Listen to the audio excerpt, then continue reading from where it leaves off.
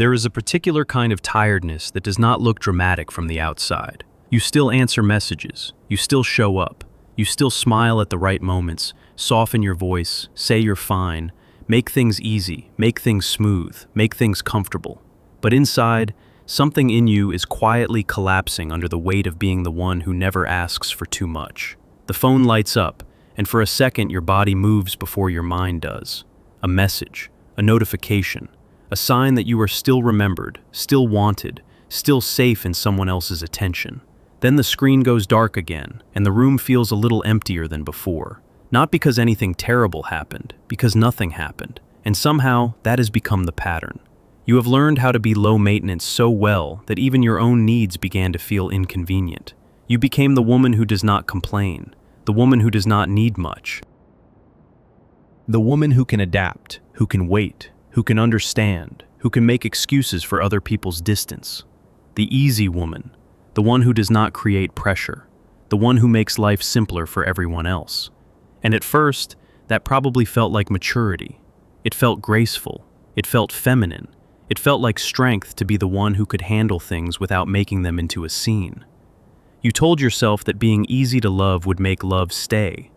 That if you were calm enough, patient enough, pleasant enough, undemanding enough, then no one would feel burdened by you. But there is a hidden cost to becoming easy. At some point, ease stops being warmth and starts becoming erasure. And this is where the psychological truth becomes uncomfortable, because the issue is not that you are kind. Kindness is not the problem. The problem begins when kindness becomes your strategy for avoiding abandonment. When being easy becomes a way of staying chosen. When low maintenance becomes a mask you wear so no one can accuse you of having needs. Carl Jung would have recognized the shape of this immediately, because what we call personality is often not our essence at all. It is a persona, a socially useful face, a role that helps us survive. And the persona of the easy woman is one of the most praised roles in modern love. She is admired for being low drama, low effort, low demand, low friction. But no one tells her what it costs to keep performing that role. She begins to edit herself before anyone else can reject her. She becomes careful with her tone, careful with her timing, careful with her emotions. She learns to swallow disappointment and call it peace. She learns to turn hunger into gratitude. She learns to translate neglect into understanding. And because she is so good at this, people rarely notice the sacrifice. They notice how pleasant she is, how flexible, how forgiving, how simple, how easy to be around. They do not always notice the part of her that is slowly going numb. That numbness is not emptiness, it is adaptation. It is the body saying, I have had to become smaller to remain safe. This is where the deeper layer begins, because the persona of the easy woman is rarely built out of vanity. It is usually built out of fear. Fear of being called difficult, fear of being too much, fear of making someone leave, fear of needing more than you were taught was acceptable, fear of being the woman who asks for clarity and gets punished for it. So you learn to become low maintenance, but what you are really doing is managing other people's comfort at the expense of your own reality. You become the one who says, it's okay, when it is not okay. You become the one who says, don't worry about it, when you are already worried. You become the one who says, I understand, when understanding has turned into self-abandonment. And the strangest part is that this often gets rewarded. People love the version of you that expects little. They love the version of you that does not interrupt their rhythm. They love the version of you that can be postponed. That is the painful part no one says out loud. Being easy can make you useful, but usefulness is not the same as being cherished. A woman can be adored for how little trouble she causes and still remain emotionally unseen. She can be praised for her flexibility and still be lonely. She can be called mature and still be starving. She can be told she is so easy and feel, in some quiet corner of herself, that this ease has become a way of disappearing. And this is where the persona begins to crack, because eventually the psyche always asks for the truth, not because it hates you, because it wants you back. The body keeps score long before the mind is ready to admit anything. You may notice that you feel tired after conversations that should have been simple. You may notice that you feel tense when someone asks, "What do you want?" because the answer has been buried under years of being accommodating. You may notice that when someone says, "You're so low maintenance," something inside you does not feel complimented. It feels reduced. That reaction matters. It means the self is starting to protest. Jung's language for this would not be, "You are too sensitive." It would be closer to this. The conscious role you have been playing is no longer large enough to hold your life. The persona is overworked. The shadow is gathering behind it. And the shadow, in this case, is not something evil. It is the part of you that is tired of being agreeable when you are hurt.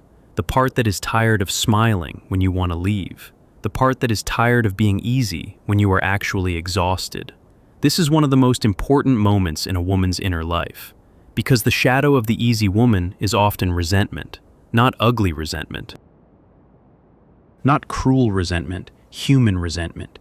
The kind that appears when you have given too much for too long and received too little in return.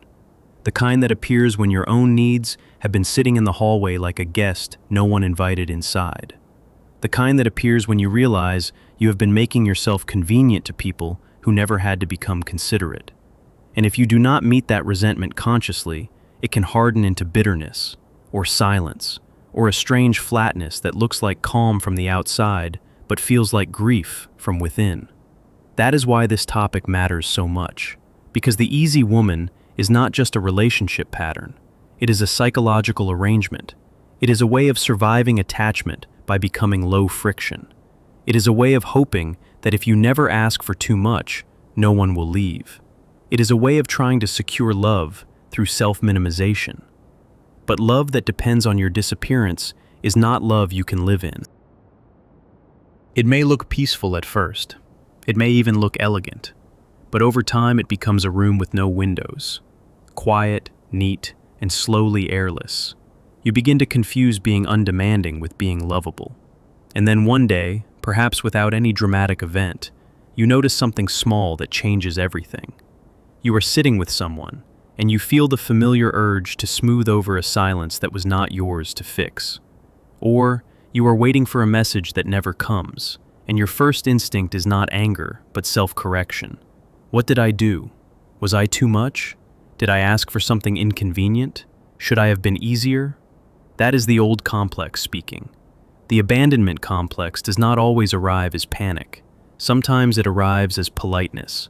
Sometimes it arrives as over-explaining. Sometimes it arrives as the reflex to make yourself smaller before anyone else can do it for you. And this is where the persona hides the wound. The easy woman is often not easy at all. She is vigilant. She is scanning. She is trying to predict what will keep the peace. She is managing emotional weather like a person standing at a window, watching the storm, hoping it will pass if she stays quiet enough. But the storm is not always outside. Sometimes the storm is the cost of living against your own truth.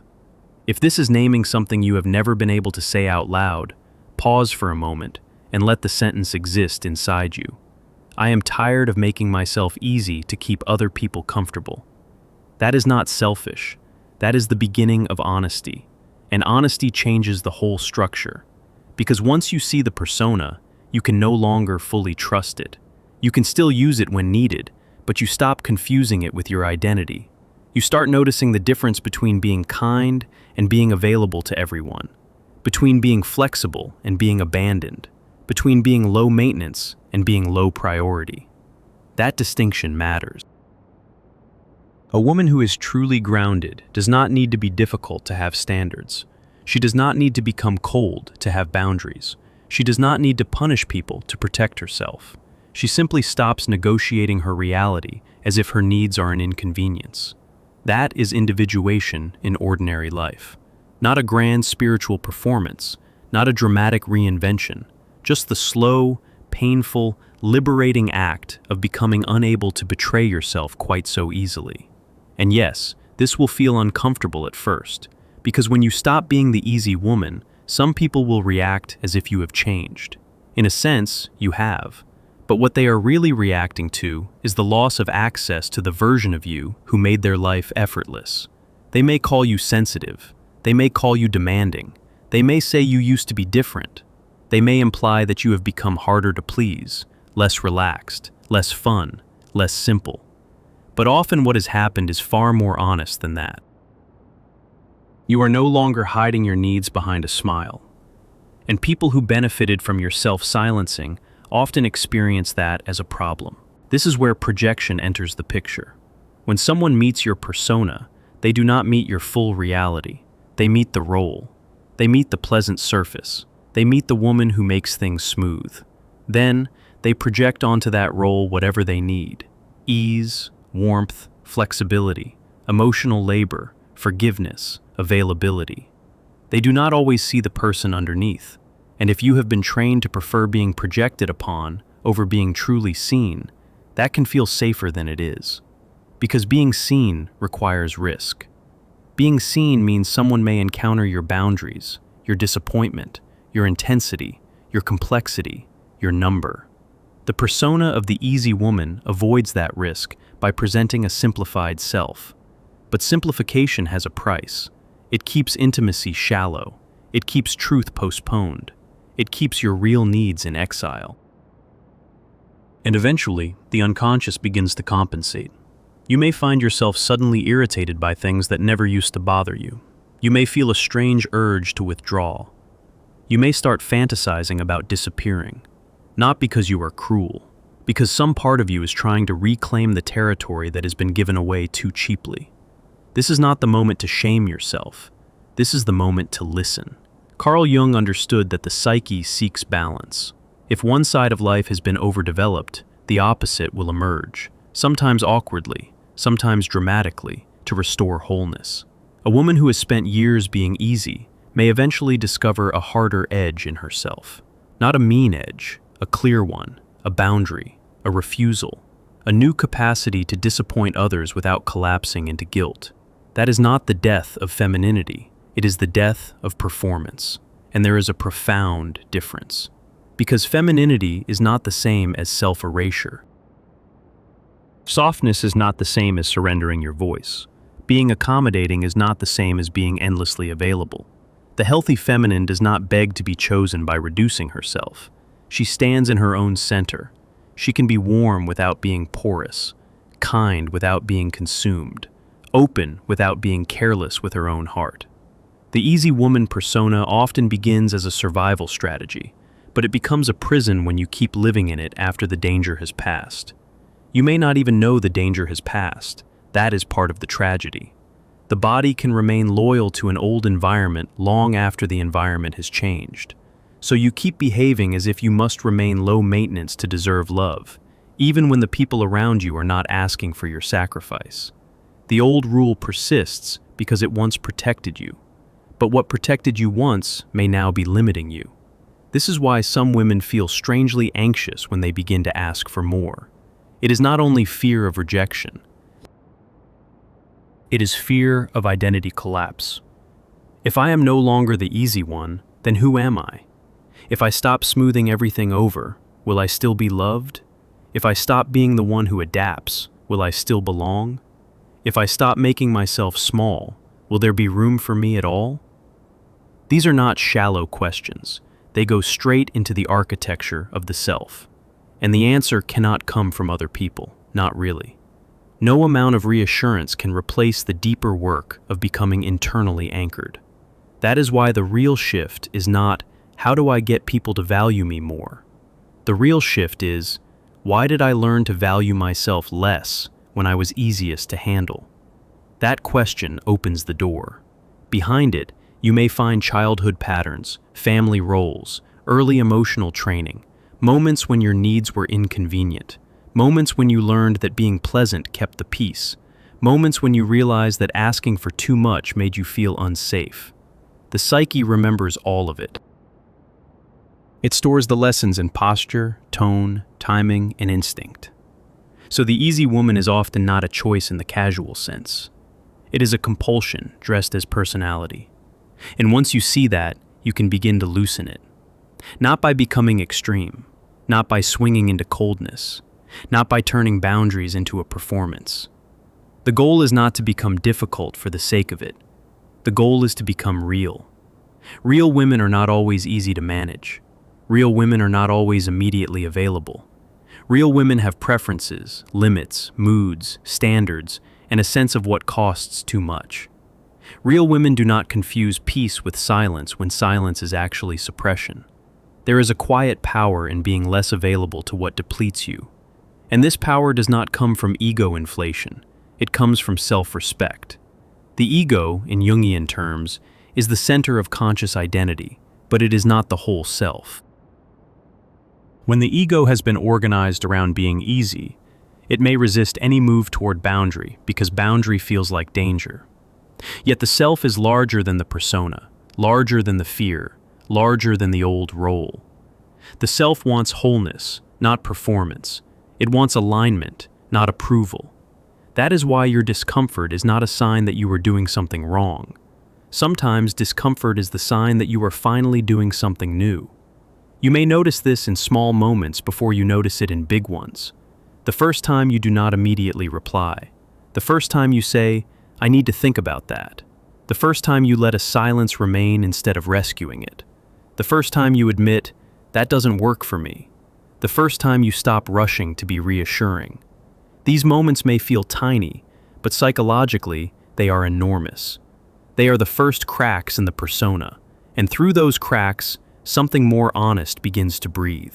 Not hardness, not indifference, not superiority, just dignity. Dignity is what remains when you stop auditioning for love. It is the calm that appears when you no longer need to earn your place by making yourself smaller.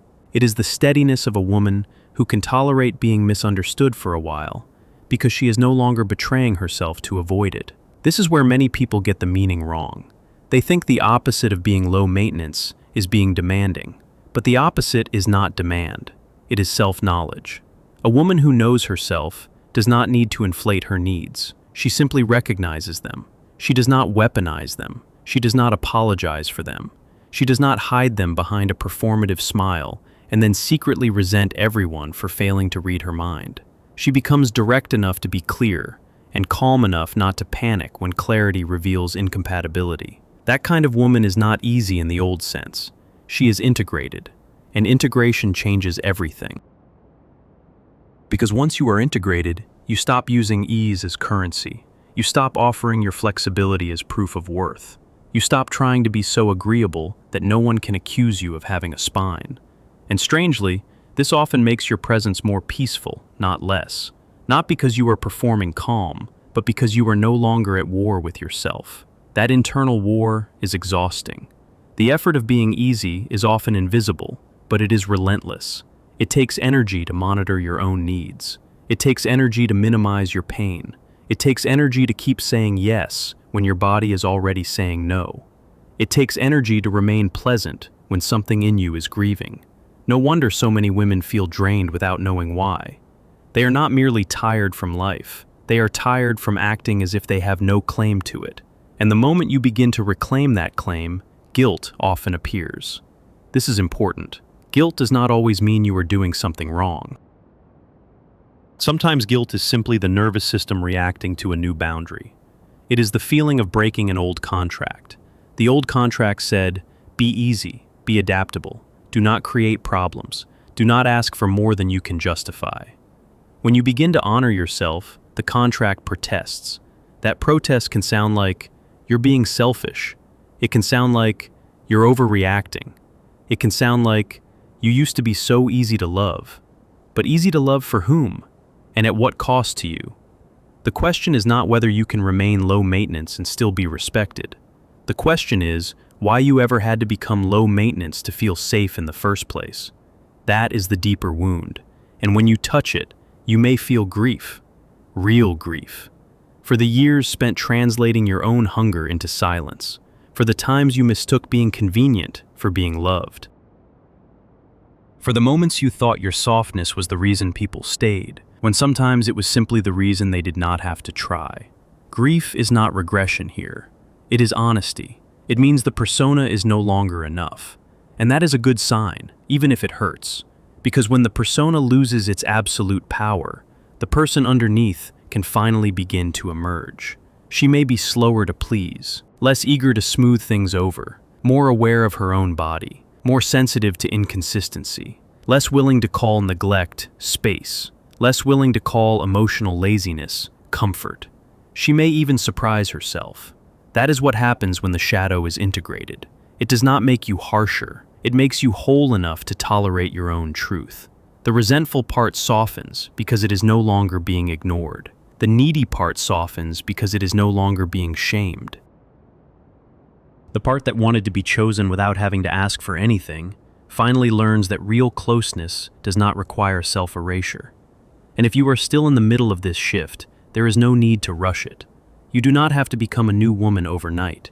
You do not have to suddenly know every boundary. You do not have to turn every discomfort into a declaration. But you can begin by noticing where easy has become a costume. Notice where you say yes too quickly. Notice where you laugh off what actually hurts. Notice where you feel proud of needing nothing, when in truth, you have simply trained yourself not to expect anything. Notice where you confuse being low maintenance with being low worth.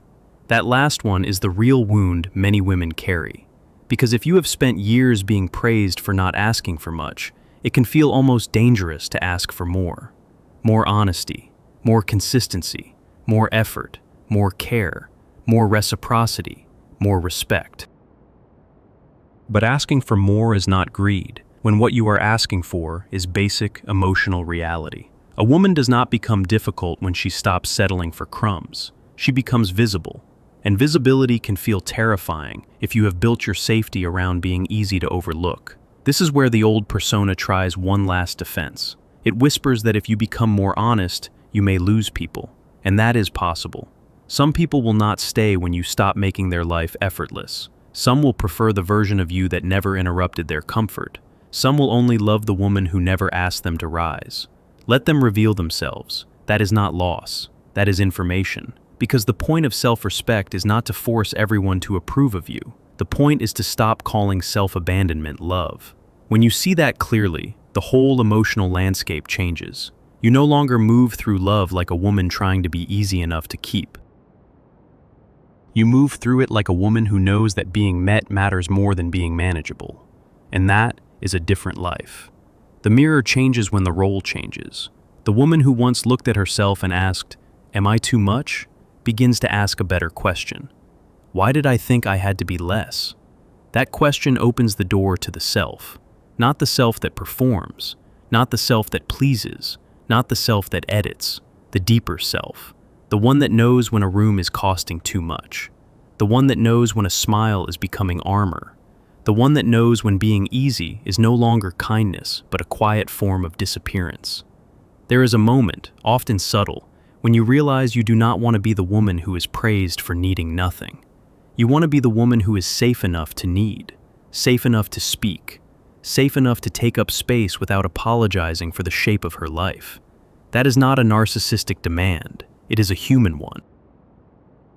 And human needs do not make you less feminine, less mature, or less lovable. They make you real. The more you honor them, the less you need to perform ease. And the less you perform ease, the more your actual presence begins to matter. Not because people are finally impressed, because you have stopped abandoning yourself in the room. There is a line you can quietly repeat to yourself when the old reflex returns, when you feel the urge to soften everything, to minimize, to disappear into convenience again. It is simple, but it carries weight. My value no longer depends on being easy to keep. Let that settle. My value no longer depends on being easy to keep. That is not a slogan. It is a boundary in sentence form.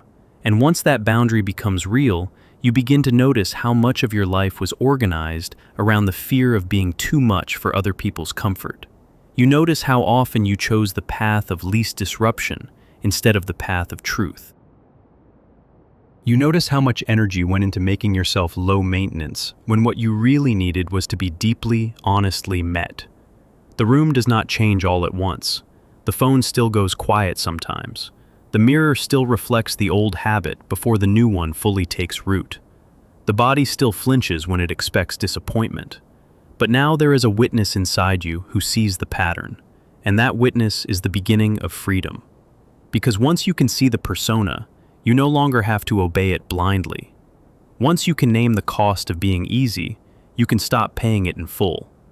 Once you can feel the difference between kindness and self-erasure, you can choose differently, even if your voice shakes a little when you do. That shaking is part of the transition. It means you are no longer living as a role, you are becoming a self. And a self does not need to be low maintenance to be worthy of love. A self does not need to be convenient to be respected. A self does not need to disappear to be kept. So if tonight you catch yourself making excuses for someone's absence, or shrinking your needs before anyone has even asked you to, pause. Put the phone down for a moment. Look at your own reflection without trying to smooth it into something easier. And ask, very quietly, whether the woman in the mirror is being loved or merely being managed. That question can change a life, not all at once, but deeply. And if you are ready to say it plainly, say this to yourself now, without drama, without apology, without trying to make it sound pretty. My value no longer needs to be proven by being easy. Let that be the end of the old contract. Let that be the beginning of a calmer, truer kind of love.